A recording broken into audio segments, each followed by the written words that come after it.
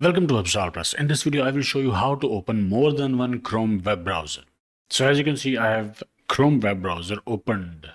If I go and try to open another Chrome,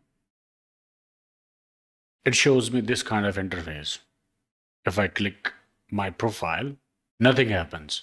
So to open more than one Chrome web browser, in Start, type Chrome and click Google Chrome app, or you can double click Google Chrome icon from desktop.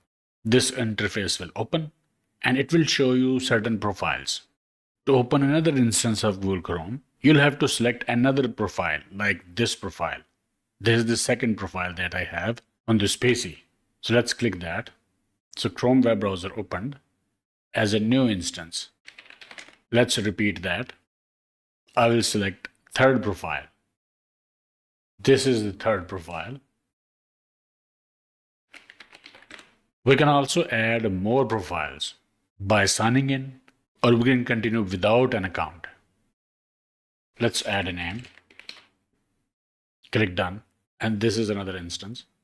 Besides these, we can also click three dots at the top right and select new incognito window. This is another instance of Google Chrome for private browsing. So this is how you can open more than one Chrome web browsers on your PC.